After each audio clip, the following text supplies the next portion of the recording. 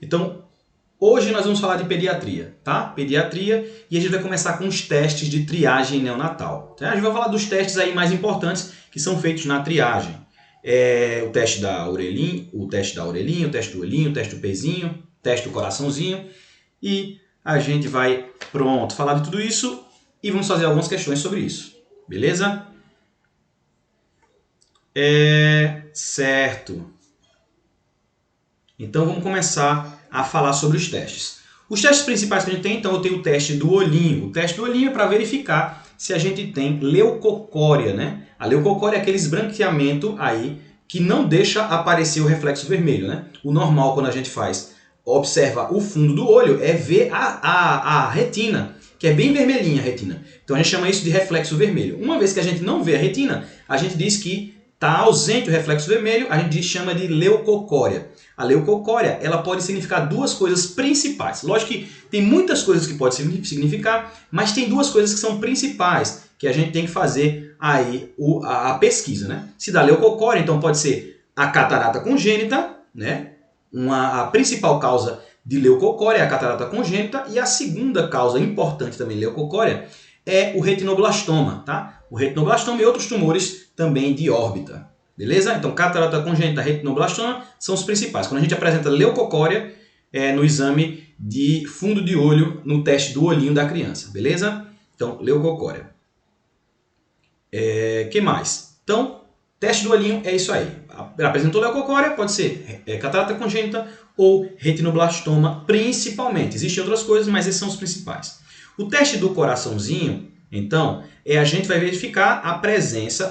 Todos esses testes são screening, né? São rastreios. Então, a gente está observando aí a possibilidade de existir doenças cardiovasculares congênitas. Então, cardiopatias congênitas. Então, o que eu vou fazer? Eu vou medir a saturação de oxigênio, a oximetria de pulso, de dedo, na verdade, né? Oximetria de pulso da criança, que vai ser feita no dedinho, né? Criança pequenininha ou criança um pouquinho maiorzinha. Então, a gente vai fazer a oximetria. Fez a oximetria, eu tenho que verificar. Ela está menor do que 95%? Se está menor do que 95%, ou então ela tem uma diferença entre os dois membros que eu vou avaliar maior do que 3% de diferença, então eu vou dizer que está alterado. Tá? Se está alterado, tem menos de 95% de saturação ou tem uma diferença entre os membros de mais de 3%, então eu vou dizer que tem alteração. Se tem alteração, eu tenho que repetir o exame após 1 hora. Faço a repetição do exame, deu alterado outra vez, aí eu vou fazer aí então o ecocardiograma para poder avaliar a possibilidade, fazer o esclarecimento diagnóstico, a gente avaliar essa possibilidade de cardiopatia congênita. Então, de novo, teste do coraçãozinho, ele é feito nas primeiras entre 24 e 48 horas, mais ou menos, entre 24 e 48 horas, e a gente observa a saturação, a oximetria. Vou lá, a oximetria, vejo a saturação. Quando a saturação de oxigênio está menor do que 95%, ou então existe uma diferença entre os membros de mais de 3%, maior ou igual a 3%, o que eu vou fazer? Vou fazer a repetição do teste com 1 hora. Após 1 hora, deu alterado de novo, menos de 95%, ou maior ou igual a 3% de diferença entre os membros, eu vou dizer que está alterado de novo, eu vou fazer o ecocardiograma. Beleza? Esse é o teste do coraçãozinho. Ele vai verificar cardiopatias congênitas. Certo? Ele é feito em recém-nascidos maiores de 34 semanas. A gente já faz esse teste, maiores de 34 semanas, nas primeiras entre 24 e 48 horas de vida. Certo? Cardiopatias congênitas. O teste da orelhinha é o teste das otoemissões acústicas, tá? As otoemissões acústicas são como já está falando, é um eco provocado pelas células ciliares auditivas lá. Você joga um som no ouvido da criança e esse som ele vai até a célula ciliar e a célula ciliar do ouvido ela emite um eco. E aí esse aparelhozinho ele capta esse eco. Quando capta o eco, tá normal. Se não capta o eco, então pode ter dois tipos de alterações. Eu posso ter uma alteração neurosensorial, ter uma destruição dessas células ciliares, né, da cóclea, e aí eu tenho uma perda neurosensorial. Eu também posso ter, nos primeiros 15 dias de vida dessa criança, algum resto placentário, algum resto de líquido aí de secreção. Então, na alterado o teste, a gente pede para repetir com 15 dias. Geralmente é o próprio fonoaudiólogo Quando dá alterado, ele pede para a criança voltar com 15 dias aí para ver realmente se está alterado. Quando dá alterado a segunda vez, ele encaminha a criança para fazer os potenciais evocados auditivos, né? Que a gente chama de PEAT ou então de BERA, os potenciais evocados auditivos. Então é isso.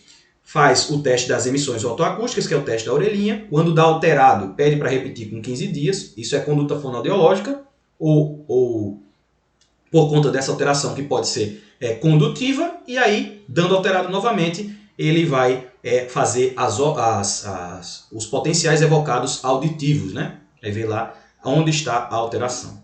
Beleza? Esse é o teste da orelhinha. O que mais? Então ele é feito aí a partir do nascimento até o 3º mês de vida. Esse teste de otoemissões acústicas. O quarto teste que é feito, então a gente falou do teste do olhinho, do teste do coraçãozinho, do teste da orelhinha e agora a gente vai falar vamos dizer assim, do mais cobrado teste da triagem neonatal, que é aí o teste do pezinho, né? Lembra que o teste do pezinho ele serve para verificar 6 testes de triagem. Agora, atualmente, ele verifica 6 triagens. Então, ele vai verificar a fenilcetonúria, verifica o hipoparatiroidismo congênito, verifica as doenças falciformes e as outras hemoglobinopatias que podem existir também. Ele verifica a fibrose cística, a hiperplasia adrenal congênita e a deficiência de biotinidase. São as 6 coisas que ele vai verificar. De novo, ó, fenilcetonúria, hipotireoidismo congênito, doenças falciformes e hemoglobinopatias, vai verificar a fibrose cística, a hiperplasia adrenal congênita e a deficiência de biotinidase. São todos esses testes que verificam. Então, é uma triagem. Uma vez que esse paciente ele deu alterado, ele tem que fazer o exame específico aí para poder fazer o diagnóstico definitivo. Agora, se o paciente ele passa mais de 45 dias e não faz a triagem, o teste do pezinho, o que é que tem que ser feito? Ele vai ter que fazer a avaliação específica para cada enfermidade. Não pode ser feito o teste do pezinho depois de 45 dias. Ele vai ter que avaliar. Se tem suspeita de hipotireoidismo, então tem que ser feito o teste com TSH, fenilcetonúria. Então vai pesquisar as doenças por separado, se existir aí a suspeita, certo? Depois de 45 dias, não faço mais a repetição do teste, porque alguns dos testes eles já normalizam e não vão responder mais à triagem. Beleza? Certo. Dentro desses testes aí, dessa triagem do teste do pezinho, eu queria chamar a atenção para alguns testes específicos. Um deles é a da fibrose cística. Então, como a gente falou, ele vai dosar uma imunotripsina que é reativa e ela, depois dos 45 dias, ela já normaliza em crianças, mesmo que tenham fibrose cística. Então, não adianta mais fazer o teste do pezinho para poder detectar a fenilcetonúria. Por isso que o teste só é feito até os 45 dias. Certo? E outro teste também bem importante da gente falar sobre ele, não por causa da sua frequência em aparecer em questões, mas porque ele é um diagnóstico diferencial importante no caso dos pacientes que apresentam convulsões.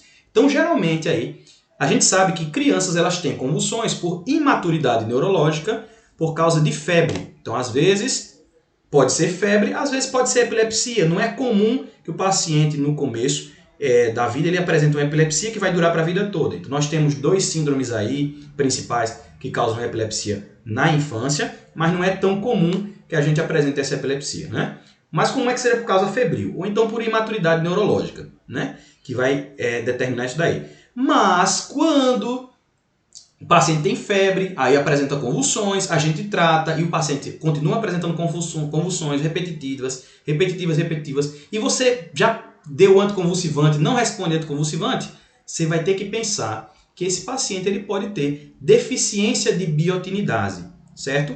Que é uma enzima que vai aí ter um defeito então, no metabolismo da biotina, certo? É uma doença autossômica recessiva que vai gerar exatamente isso. Esse quadro típico de convulsões que não respondem ao tratamento anticonvulsivante, tá? Então, o tratamento vai ser repor biotina. Aí, geralmente, o que acontece? Você tem essa criança que convulsiona direto, tem convulsão, aí você, eita, deficiência de biotina. Quando você repõe a biotina, para de convulsionar. Tá? Não é a primeira coisa que você faz quando você tem uma criança que convulsiona. Lembra que a principal causa vai ser a febre, imaturidade neurológica, né?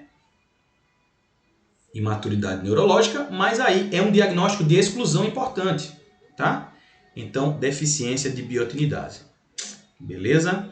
Então, vamos fazer aqui algumas questões para que a gente possa ver como é que elas são cobradas, as questões aí, na prova. Beleza? Vamos lá fazer algumas questões? Eu quero fazer a primeira 42. Qual foi a pergunta que fizeram aqui que eu perdi?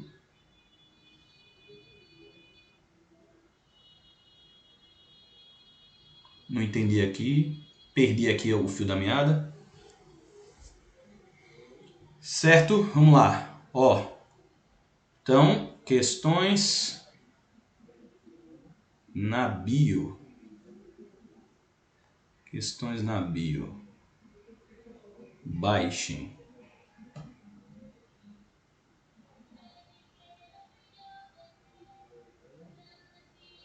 Perdi aqui a piada, não entendi, tá? Eu tava concentrado, não entendi o que vocês falaram.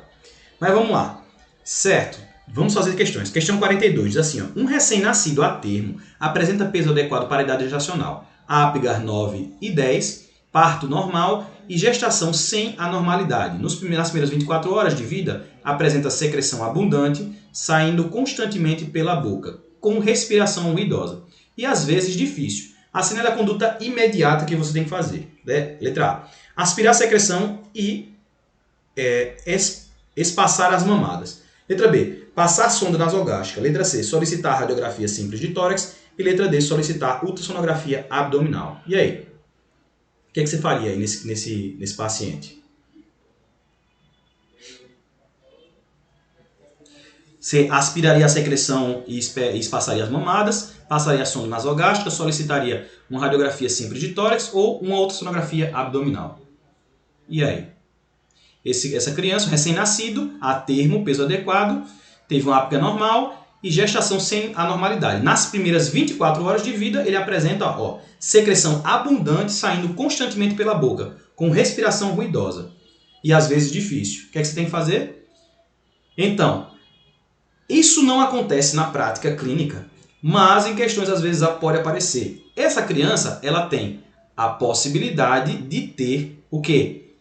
Atresia de esôfago, né? Ou então estenose esofágica. Esse quadro de criança, nas primeiras 24 horas, apresenta secreção abundante saindo pela boca, né? Saindo pela boca, não é secreção saindo pelo nariz, é a secreção saindo pela boca, tá? E essa respiração ruidosa é indicativo de estenose esofágica, que é uma coisa que não acontece muito na prática, porque já lá quando a criança nasce já se passa, já vê se tem ânus hiperfurado e se tem passagem do esôfago através de sonda. Então isso ele já faz direto lá no berçário, né? No começo, lá no nascimento. Você não vai fazer depois isso daí. Mas tudo bem, esses esqueceram de fazer, aí pedem essas coisas nas questões, tá? Então por isso você vai passar a sonda nasogástrica para poder ver se tem permeabilidade do esôfago. Então, a letra B. 42 é a letra B. Tá? Questão aí alegórica não é o nosso foco. Agora vamos para o foco, para as coisas mais importantes. 29. Só uma questão só para deixar logo você com raiva. Eu quero deixar logo com raiva. Diz, rapaz, a gente viu um monte de coisa, não falou de nada disso. Pronto. Dado alegórico. Para você ver as coisas que podem perguntar aí. Não no revalida, mas é ou a gente não sabe. A questão é essa. A gente não sabe como será o revalida. Revalida é uma incógnita. Aquele revalida que tinha antigamente acabou. Então a gente tem que se preparar com questões de residência. Porque é o mais provável é que aumente a dificuldade, né? Que ele dê menos coisas. Então vamos nos preparar aí com essas possibilidades que podem acontecer. Vamos fazer aqui, 29. Recém-nascido de 38 semanas de idade gestacional, peso de nascimento, 3.250 gramas. Parto cesáreo. Líquido amniótico claro, Apgar de 8 e 9, encontra-se com 36 horas de vida assintomático. Frequência respiratória de 55, incursões respiratórias por minuto, em aleitamento materno no alojamento conjunto. No exame de oximetria de pulso, resultado foi de 97%, no membro superior direito e no membro inferior de 92%. A conduta e a principal suspeita diagnóstica são, respectivamente, letra A, eletrocardiograma, persistência do canal arterial. Letra B, ecocardiograma, transposição de grandes vasos. Letra C, nova oximetria após 1 hora, coartação de aorta. Letra D, radiografia de tórax, taquipneia transitória do recém-nascido. E aí? Qual é?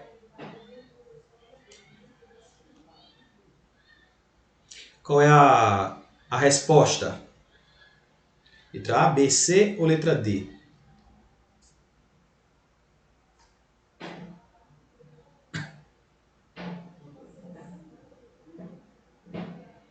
Exatamente. Nova oximetria de pulso após 1 hora. Coartação de aorta, né? A coartação de aorta justamente causa isso daí. Ela acontece após, no cajado da aorta, né? Ela sobe e aí vai sair o tronco comum que vai dar a cava direita, a carótida direita e a subclávia direita, e depois sai a carótida esquerda e a subclávia esquerda. E aí ele desce. Quando desce, geralmente tem uma estenose aí por causa dessa coartação. A gente chama de coartação aórtica. E aí, por isso, existe diferença do pulso e da frequência da pressão arterial.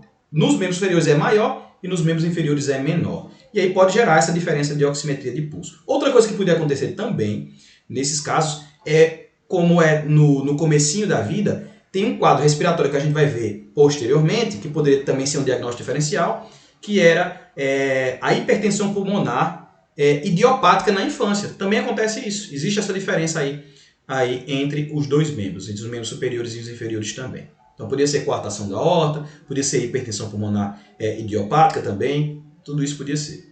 Mas o certo é fazer uma nova oximetria de pulso aí. E aí, quando é que a gente faz esse teste aqui? É entre as 24 e 48 horas, né?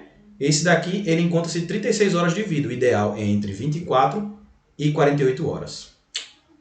Não é isso? Então, letra C é a resposta. 54.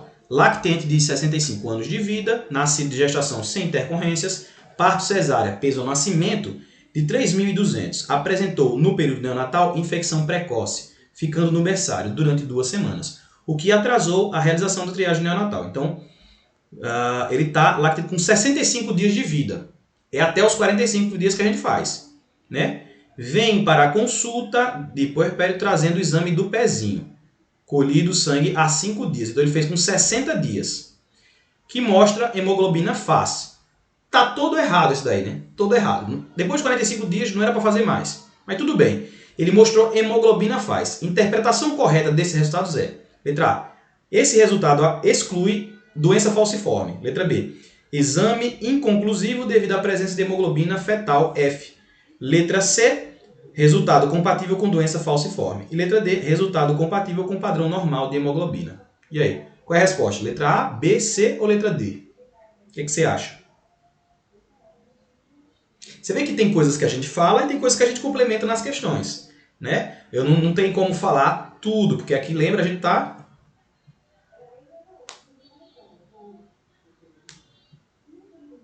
Para ter validade, o teste do pezinho tem que ser menos de 45 dias. Depois de 45 dias não tem validade. Eu posso fazer até 45 dias. Tem um período ideal, mas ele pode ser feito até 45 dias. Depois de 45 dias não pode mais fazer teste de pezinho. Esse rapaz ele fez, né? Ele fez, ó, recém-nascido de quanto? Ele está agora lá que tem de 65 dias de vida, nascido de gestação sem intercorrência, apresentou período neonatal, então, ficando no berçário durante 2 semanas.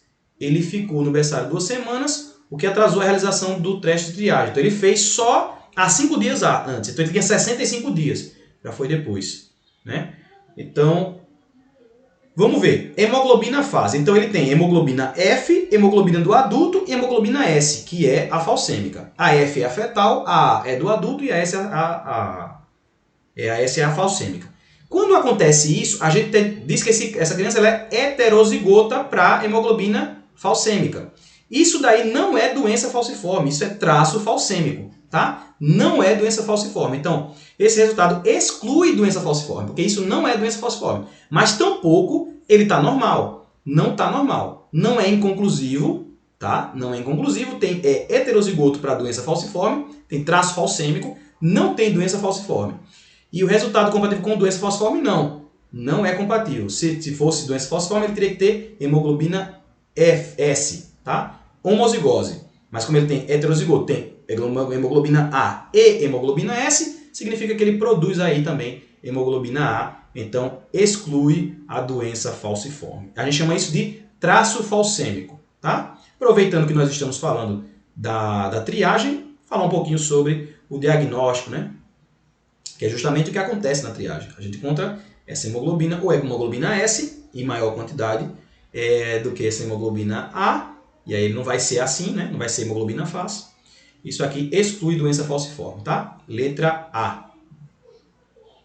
Mais uma. Vou até a meia hora e depois a gente roda o assunto. 21.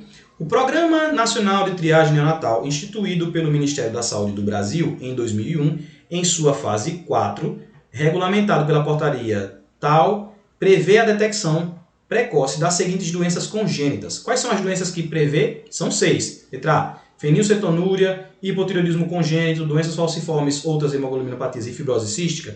Letra B, fenilcetonúria, hipotireoidismo congênito, deficiência de G6PD, tirosinemia e anemia falciformes.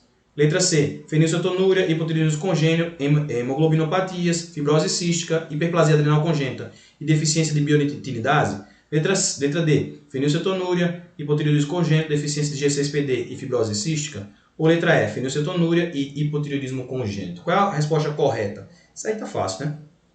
Facílimos. Qual é a resposta correta? Letra A, B, C, D ou letra E?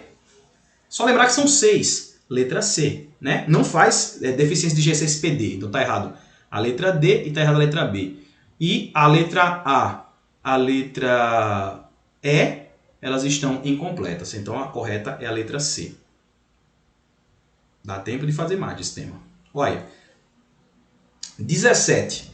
Lactente de 1 mês de idade é levado à unidade básica de saúde para a sua segunda consulta de puericultura. A mãe relata que o paciente está em aleitamento materno exclusivo, com peso de 4.125 gramas, comprimento de 53 centímetros e perímetro cefálico de 36 centímetros também. Com base nessa situação e considerando os conhecimentos médicos a ele relacionados, julgo o item a seguir. O teste do coraçãozinho está registrado na caderneta. Esse teste de triagem, que alerta para cardiopatias congênitas que o paciente possa apresentar e deve ser realizado ainda na maternidade entre 12 e 24 horas de vida. Certo ou errado? 17, tá certo ou tá errado? Letra A ou letra B? Letra A é certo, letra B é errado. E aí? 17, certo ou errado?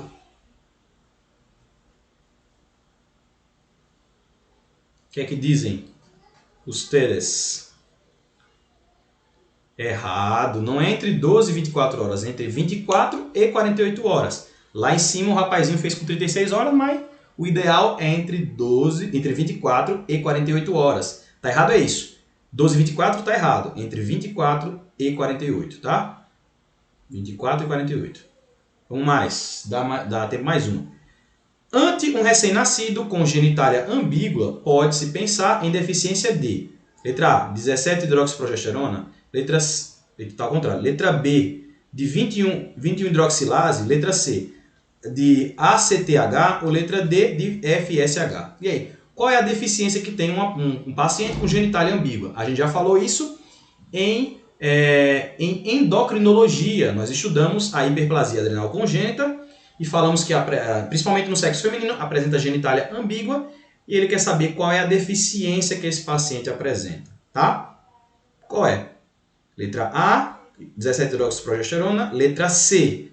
Letra B, 21 hidroxilase. Letra C, ACTH. Ou letra D, FSH. E aí? A 43, qual é a resposta correta? Como eu falei para vocês, lá em endocrinologia, esse paciente apresenta uma deficiência de 21 hidroxilase. O paciente que tem hiperplasia adrenal congênita tem uma deficiência de 21 hidroxilase, letra B. Como por causa dessa enzima que está faltando, existe um acúmulo da 17-hidroxiprogesterona. Ela não falta, ela acumula, porque essa enzima 21-hidroxilase, ela pegava a 17-hidroxiprogesterona e transformava em outro composto. Como não tem 21-hidroxilase, a 17-hidroxiprogesterona ela aumenta. Inclusive eu posso dosar ela também, tá? Posso dosar. Se tiver aumentado é um indício aí de que existe hiperplasia adrenal congênita, beleza?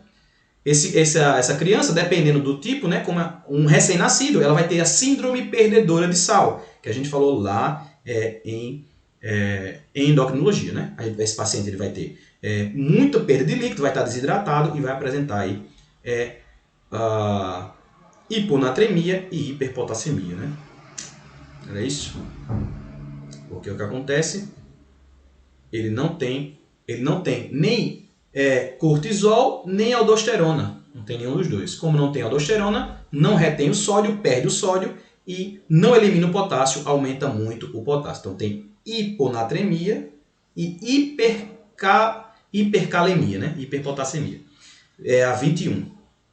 A 21 hidroxilase que está ausente. Pode estar ausente completamente em recém-nascidos e quando está ausente parcialmente da puberdade precoce lá em adolescentes. Então, resposta letra B. Certo, vamos rodar o tema agora, falar de outra coisa. Vamos falar de reanimação agora. Já falamos de alguma coisa, vocês têm outras questões, né? A gente fez até Fizemos quase todas desse tema, né? Muito fácil, tema muito fácil, muito simples. Vamos falar agora... Então, nós falamos as principais coisas que caem em prova, tá? Falamos de tudo? Não, não falamos de tudo. Porque as coisas que nós deixamos de falar são coisas, para esse tema, que não são de maior importância. Aí nós falamos das coisas mais importantes, tá? Agora vamos falar de reanimação neonatal. E o que a gente tem que saber de reanimação neonatal? É muito legal, porque é simples. Antigamente se utilizava muito, ainda se faz o Apgar, logicamente, né? O Apgar, mas hoje não é o que determina se você vai atuar ou não na criança, tá? Não é o Apgar que determina mais. Você vai fazer 3 perguntas que antes eram 4. Agora são 3 perguntas que você vai fazer. Primeira pergunta que você vai fazer. A criança ela é de termo ou ela é pré-termo? Primeira pergunta é essa. A criança ela respira bem ou ela chora? Ou não respira bem e não chora? E a criança tem o tônus adequado? Pronto. São essas 3 perguntas. Ela é de termo? Ela respira, chora? Ela tem o tônus adequado? Se tiver essas 3 perguntas bem, o que você faz? Você vai botar a criança em contato pele a pele com a mãe, certo? Vai fazer o clampeamento tardio do cordão, né? Daqui a pouco a gente fala sobre isso, e vai se preocupar agora em aquecer a criança junto com a mãe, enxugar essa criança e estimular essa criança. Observar as vias aéreas, logicamente, né, para ver se estão permeáveis, e aí deixar a criança com a mãe. Tá? Deixar a criança com a mãe. Beleza? Antigamente o mecônio ele entrava nessa avaliação. Hoje em dia não se utiliza mais o mecônio para poder avaliar. Só foram excluídos. A pergunta que tem mecônio, né, no líquido amniótico? Não, essa pergunta não se faz mais. Não é o que você observa mais. Tá? Só observa as 3 coisas. Criança é a termo, criança respira e chora bem e criança tem o tônus adequado, deixa com a mãe. O mecônio não é mais critério para avaliar se deixa com a mãe ou não, tá? Não é mais critério. Independente do mecônio, se é a termo, se chora e respira bem e se tem o tônus adequado, deixa a criança com a mãe, enxuga a criança, aquece a criança e vai fazer aí o clampeamento tardio do cordão. Beleza? São as 3 perguntas. A prova vai mostrar para você essas 3 perguntas, tá? Se tiver as 3 perguntas ok, já deixa com a mãe.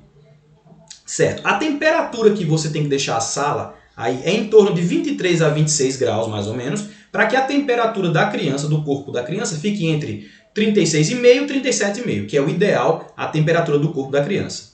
Certo? Beleza. Então é isso que a gente vai fazer. Nada mais do que isso daí, tá? Não se avalia mais através do Apgar. Se utilizam somente 3 perguntas, não se utilizam mais 4 perguntas. O mecônio no líquido amniótico não é um critério que se leva em consideração atualmente, tá? Só é criança de termo, que chora e respira bem e que tem o tônus adequado. São as 3 perguntas que você vai fazer.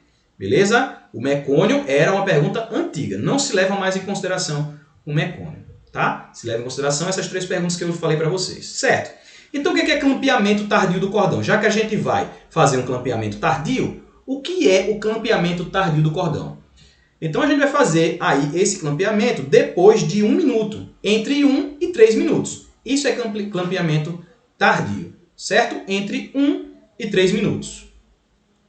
A temperatura da sala entre 23 e 26 graus e a temperatura da criança entre 36,5 e 37,5. Essa é a temperatura ideal que você tem que fazer. E aí, quando você vai aquecendo a criança, você vai já estimulando e vai aquecendo também, tá? Secando o corpo, né? E deixando aí o recém-nascido em contato pele a pele com a mãe. É isso que você vai fazer com a criança, beleza? Beleza. Então, nada mais, somente isso, certo? Certo. Agora vamos imaginar que alguma dessas perguntas aí foi negativa, tá? A primeira que pode ser negativa é que a criança seja prematura. Se a criança é prematura, mas ela tem o tônus adequado, ó, preste atenção. Esqueça o mecônio. O mecônio não é mais levado em consideração. Esqueça o mecônio. Esqueça mecônio. O que a gente vai olhar são as 3 coisas. Esqueça mecônio. Agora, na atual, você olha se a criança é a termo, se tem tônus adequado e se ela tem respiração adequada. São essas 3.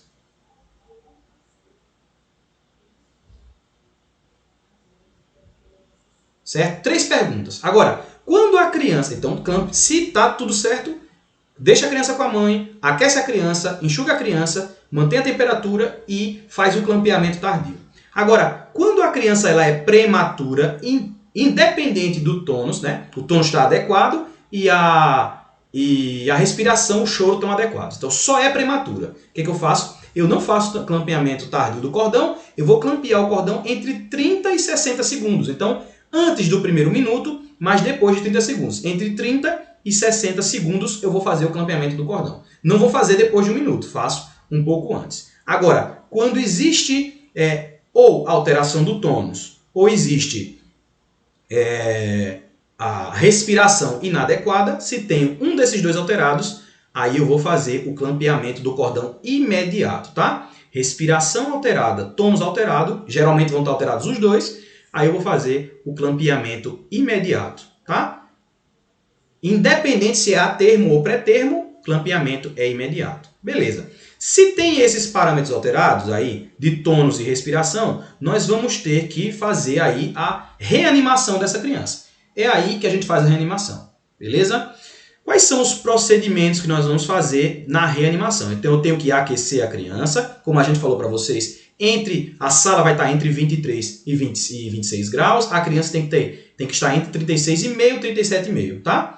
É isso que vai acontecer na criança. Agora, vou posicionar a criança e vou liberar a via aérea da criança, né? Vou aí hiperestender um pouquinho a cabeça da criança para que tenha uma boa penetração de ar na boca e no nariz. Vou manter a criança seca e vou posicionar a criança adequadamente, certo? E aí, nesse caso, a mãe não vai ficar em contato com a mãe nesse momento, tá? Nós vamos deixar para depois esse contato com a mãe. Aí a gente vai fazer quando a criança tem alteração de tônus e quando tem alteração da respiração, nós vamos fazer essa reanimação. Então, fizemos esses manejos iniciais com a criança e vamos observar, então, a respiração e a frequência cardíaca agora. Se depois desses manejos, dessa estabilização inicial, a criança apresenta a frequência cardíaca menor do que 100 e apresenta dificuldade respiratória ainda, então o que nós vamos fazer? Nós vamos fazer ventilação com pressão positiva. Então, vou fazer ventilação bolsa-máscara. Certo. Com o quê? Com ar ambiente ou com oxigênio? Já direto. Depende. Se a criança tem menos de 34 semanas, eu vou usar oxigênio a 30%. Se ela tem mais de 34 semanas, eu vou usar ar ambiente. Certo? Então, voltando tudo do começo. Fiz 3 perguntas. A criança tem o tônus adequado? A criança é a termo? A criança respira bem? Se sim, deixo a criança com a mãe, aqueço a criança, né, para ficar com a temperatura entre 36,5 e 37,5, corpo a corpo com a mãe e libero as vias aéreas da criança, deixo a criança ali e faço o clampeamento tardio.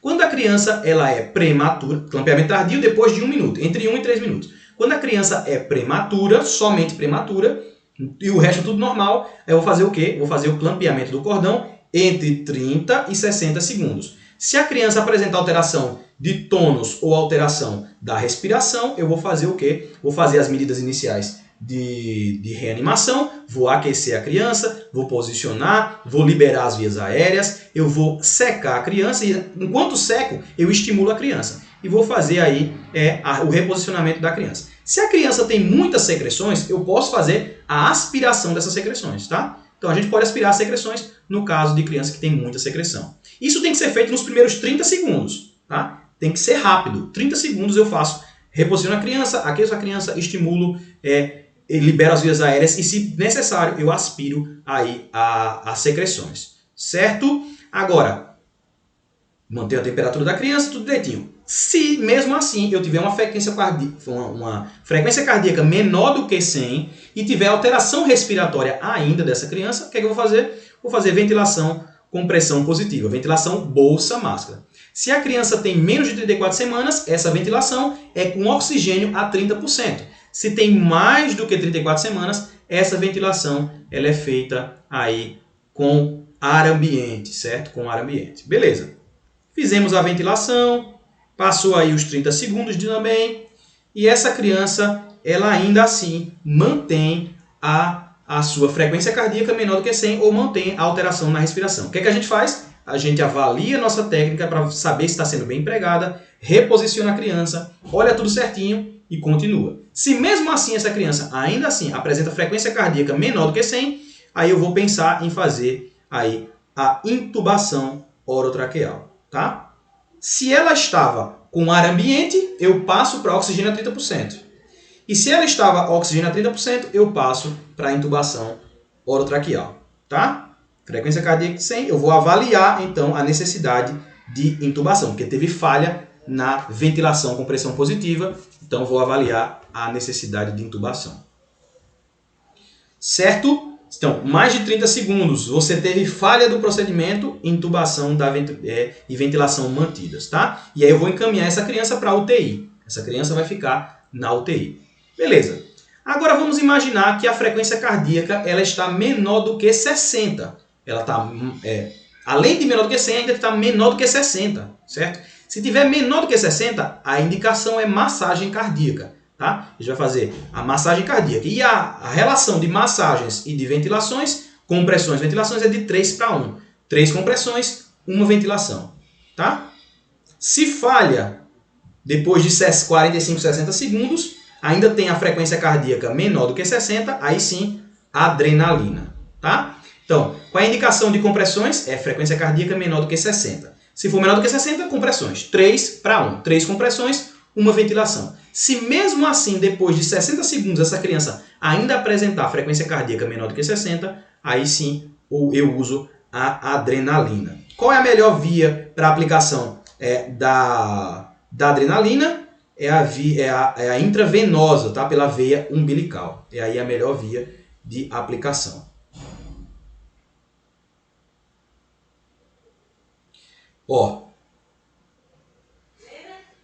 A pergunta, massagem cardíaca de 3:1 serve para cardiopatas? Então, imagine que essa criança acabou de nascer e você não sabe que a criança é cardiopata. O que você sabe é que a criança nasceu. Cardiopatias congênitas, a triagem é ali às 24 e 48 horas. Então, teoricamente, você não sabe que essa criança ela é cardiopata. Então, você vai fazer porque você não sabe.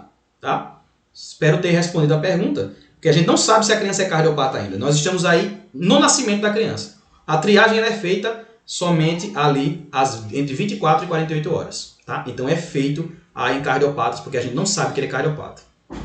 Certo? Independente, tá? Mas logicamente, dependendo da situação, o pediatra vai saber como atuar. É uma coisa que foge ao nosso conhecimento, não necessitamos saber disso, tá? Não se preocupem em saber o que vocês não precisam saber. É lógico que para a vida, né? Quanto mais conhecimento você tiver, melhor. Então, se quiser pesquisar sobre o assunto, mas o que a gente precisa saber são esse passo a passo aí mais importante para a gente. Beleza? Então é isso aí. Reanimação é isso. Simples e fácil. Agora vamos fazer algumas questões para a gente fechar aí o nosso raciocínio. Vamos fazer a questão 47. Vamos lá? Todo mundo entendeu? Tem alguma coisa que vocês estão com dúvida? Se tiverem, fale agora, que a gente revisa. Vamos, alguma dúvida? E aí, alguma dúvida que vocês estejam? Alguma dúvida no processo? Alguma dúvida em alguma coisa? Se tiver dúvida, fala, que agora a gente vai fazer questão. Diz assim, ó, 47. O acesso preferencial para reposição de volume ao recém-nascido na sala de parto é através de, letra A, agulha intraóssea, letra B, catéter de veia em veia umbilical, letra C, catéter em subclávia, letra D, catéter em artéria umbilical, ou letra E, gelco periférico no membro superior direito. Qual é a resposta? Letra A, B, C, D ou letra E? E aí? Qual é a via preferencial aí para reposição de líquido e também passagem de drogas, de adrenalina, por exemplo? Qual é a via? Catéter em veia umbilical, letra B. Tá vendo? Acabamos de falar, né? Então aqui, ó. Diz assim, questão número 1. Recém-nascido, com idade gestacional de 38 semanas e peso estimado de 3.000 gramas. Que ao nascer começa a respirar de forma rítmica e regular. Então, respiração correta, paciente a termo. E apresenta tônus muscular em flexão. Beleza? O obstetra clampeia o cordão com 1 minuto, certo? Clampeamento tardio, né? 1 minuto e meio, ó, clampeamento tardio. Após o nascimento, entrega o bebê ao médico responsável pelo cuidado neonatal. Indique a alternativa correta relacionada à conduta a ser tomada a seguir pelo pediatra. Letra A. Colocar o recém-nascido em contato pele a pele com a sua mãe, enquanto posiciona a sua cabeça em leve extensão do pescoço, aspira as vias aéreas. É feita a avaliação continuada da vitalidade neonatal e estimulada a amamentação nas primeiras 4 horas de vida. Letra B. Colocar o recém-nascido em contato pele a pele com a sua mãe, enquanto seca o corpo, a cabeça e são aspiradas as vias aéreas, é assegurada a temperatura ambiente de 21 a 23 graus Celsius e estimula-se a amamentação nas primeiras 4 horas de vida. Letra C. Levar o recém-nascido para a mesa de reanimação, colocar sob fonte de calor radiante, posicionar a cabeça em leve extensão do pescoço, secar o corpo e fontanela, desprezar os campos úmidos e avaliar a respiração, frequência cardíaca e cor. Letra D. Colocar o recém-nascido em contato pele a pele com a sua mãe, enquanto seca o corpo e a cabeça, a temperatura ambiente é mantida entre 23 e 26 graus, sendo feita a avaliação continuada da vitalidade neonatal e estimulada a amamentação na primeira hora de vida. Letra E. Levar o recém-nascido para a mesa de reanimação e avaliar a respiração, frequência cardíaca e cor. Se a respiração seguir, frequência cardíaca acima de 100 batimentos por minuto e a ausência de cianose, o médico deixa o bebê em contato pele a pele com a sua mãe. Qual é a resposta correta do 1? Letra A, B, C, D ou letra E?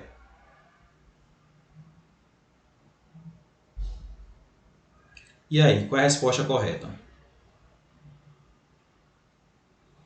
Ó, a letra E diz que leva para a mesa de reanimação. A gente tem uma criança aqui, ó, que tem a termo, tônus adequado e respiração adequada. Então ele tem que ir para a mãe, né, direto. Então, a letra C está errada, né, porque manda ir para a mesa de reanimação. E a letra E está errada. Não vou nem ler elas. Agora pode ser, então, contato pele a pele, contato pele a pele. A letra A diz que o recém-nascido em contato pele a pele com a sua mãe, enquanto posiciona a sua cabeça e leva a extensão do pescoço. E aspira as vias aéreas. Ó. Só aspira as vias aéreas se tiver necessidade. Nesse criança, ele não tem secreções exacerbadas para a gente respirar a via aérea, aspirar a via aérea. Então, e também, ó, estimula a aumentação nas primeiras 4 horas de vida, logo no comecinho, né? Mas isso aí aspira, não vou aspirar não, a letra A está errada. E a letra B diz que, enquanto o corpo é a cabeça do aspirar as vias aéreas, ó, aspira as vias aéreas também está errado. E a temperatura entre 21 e 23 está errado também. É entre 23 e 26 graus, como diz na letra D. Resposta correta, letra D. Beleza? O que mais? Vamos mais. 2. Muito boa essa questão, viu? Muito boa. Resposta, letra D. A 2 agora. Recém-nascido a termo, nasce hipotônico, ó, alteração do tônus, e com respiração irregular.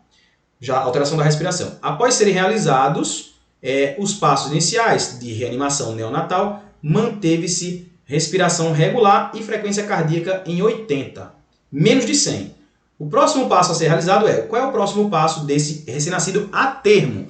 Letra A, realizar estímulo tátil e vigoroso em palmas dos pés e dorso. Letra B. Aplicar ventilação com pressão positiva por cânula endotraqueal. Letra C. Aplicar ventilação com pressão positiva por máscara em ar ambiente. Letra D. Aplicar ventilação com pressão positiva por máscara de oxigênio a 30%. Aí você diz, rapaz, esse Rafael fica falando coisa que não tem nada a ver. Aí, ó. Olha o nada a ver aí, ó. Mais de 34 semanas que tem alteração do tônus ou da respiração, frequência cardíaca menos de 80, menos de 100, o que é que eu faço? Ventilação com pressão positiva. Bolsa máscara. Agora, quando ele é mais de 34 semanas, eu faço ar ambiente. Quando é menos de 34 semanas, eu faço oxigênio a 30%. Então, resposta letra C. Tá vendo aí?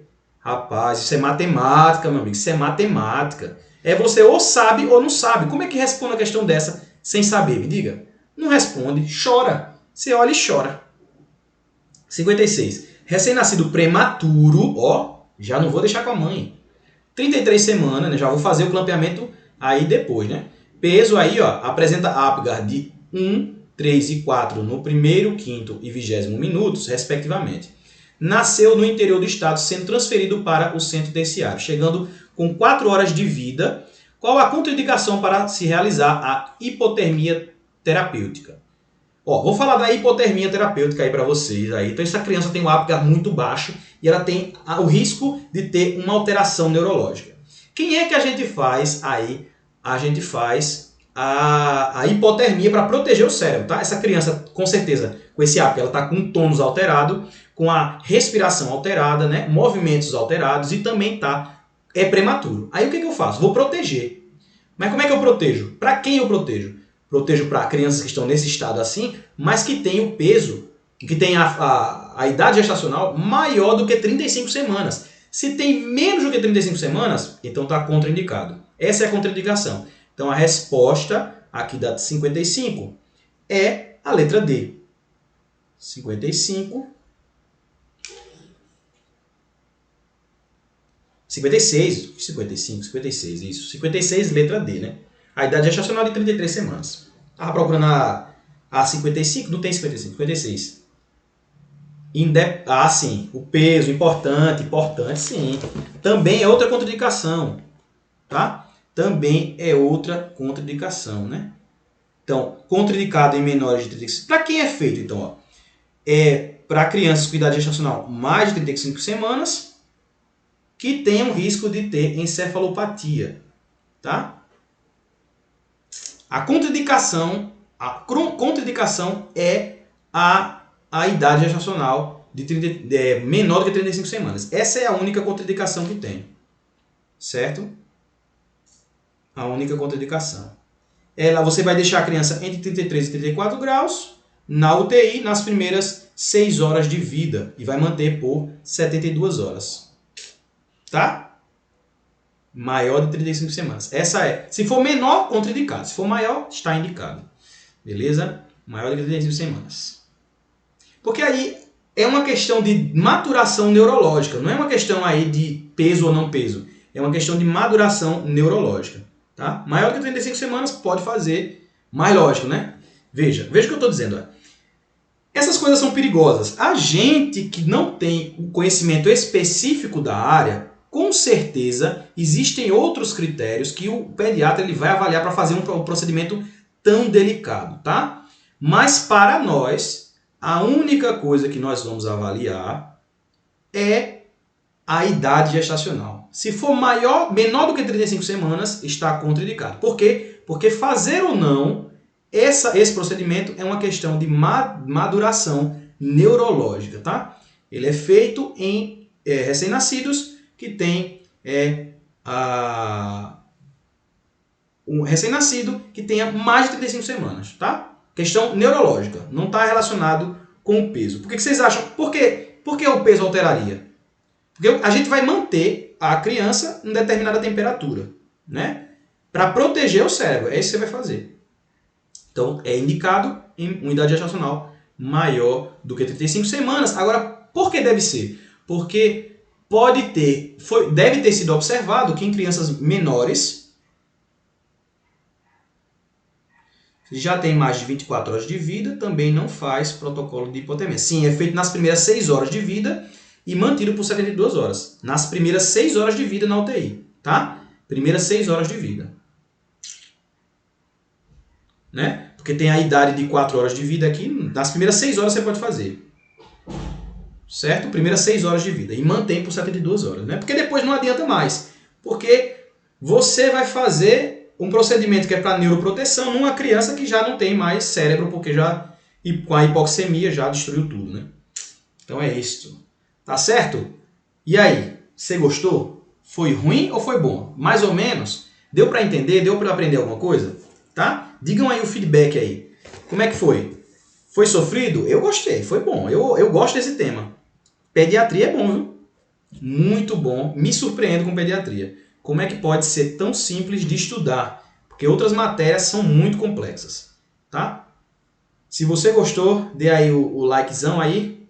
E nos vemos amanhã. Ó, lembra quem não assistiu ainda a live de 12 horas, ela já está disponível lá no YouTube, tá? As questões aqui eu vou liberar agora o gabarito e aí você vai poder fazer aí o restante das questões, tá? Vai ficar à vontade para fazer as questões, feliz e contente. Tá? Gabarito liberado. Podem baixar o gabarito lá e responder o resto das questões. Até mais, até amanhã, tá? Às 12 horas. Tchauzinho para vocês. Você que está no YouTube, não esquece de deixar o seu like, de compartilhar esse vídeo, porque ajuda muito na divulgação do vídeo. As pessoas, elas... Quando você dá o like, você comenta aqui, o YouTube ele entende que o vídeo tem relevância e vai mandar para mais pessoas. Então, deixa aí o seu like, tá certo? Espero que você tenha gostado dessa live, assim como eu gostei de fazer. E nos vemos aí no nosso próximo vídeo, né? Sendo uma live ou não. Até mais para vocês. Bons estudos para vocês. E boa noite, bom descanso. Tchauzinho, até o próximo vídeo.